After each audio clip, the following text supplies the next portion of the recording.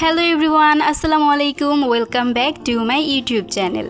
কয়েকদিন টানা বৃষ্টির পর আজকে সকালে উঠে দেখলাম আকাশটা খুবই সুন্দর, রোদ উঠেছে। আর পরে রান্নাঘরে গিয়ে দেখি আম্মু রান্না করেছিল মুরগির মাংস আর রুটি।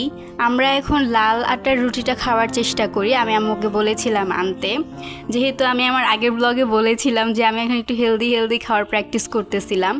সো আমি এখন আমার নাস্তাটা নিয়ে নিব। নাস্তা করে তারপর আমি ঘর পরিষ্কার করছিলাম। শুক্রবার মানেই তো ক্লিনিং ডে, সো ঘর দোর পরিষ্কার করতে হবে, সব কিছু ডিপ ক্লিন করতে হবে। আর আমি এই জন্য এগুলো সব পরিষ্কার করে নিচ্ছিলাম ঘরটোর আম্মুর সাথে। তারপর হচ্ছে গিয়ে সব পরিষ্কার পরিচ্ছন্ন করে এরপর গোসল করতে গিয়েছিলাম। গোসল করে তারপর খাওয়া দাওয়া করে আমি আবার একদম বিকাল থেকে ভিডিওটা শুরু করেছি।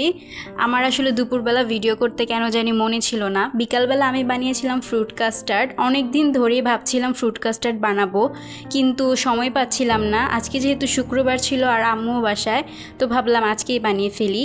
আর এদিকে হচ্ছে আম্মু ডালের বড়া বানাবে, তাই হচ্ছে গিয়ে ডালটা আর চালের গুঁড়োটা আম্মু ডিফ্রোস্ট করার জন্য রেখে দিয়েছে। আম্মু হচ্ছে গিয়ে ডাল সবসময় ব্লেন্ড করে ফ্রিজে রেখে দেয়, আর যখনই আমাদের খেতে ইচ্ছে করে জাস্ট তার আধা ঘন্টা আগে নামিয়ে ডিফ্রোস্ট করে ভেজে দিয়ে দেয় আমাদেরকে।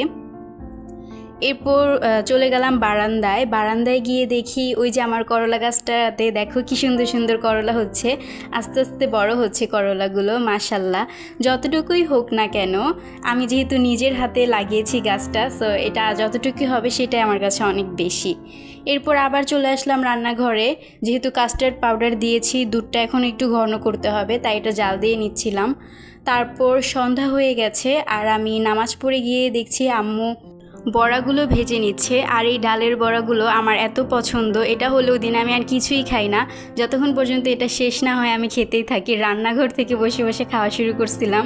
এরপর আম্মু টেবিলও আমাকে একটু দিয়ে গেছে। এইগুলো সব আমি খাবো, আমার অনেক পছন্দ। তারপর হচ্ছে গিয়ে ফ্রুট কয়টা কেটে নিলাম। এখানে নিয়েছি খেজুর, আঙুর, আপেল, তারপর আম আর পাকা কলা।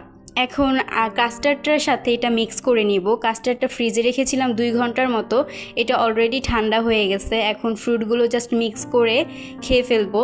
আর এটা দেখতে যতটা লোভনীয় লাগছে, খেতেও কিন্তু ঠিক ততটাই মজা হয়েছিল।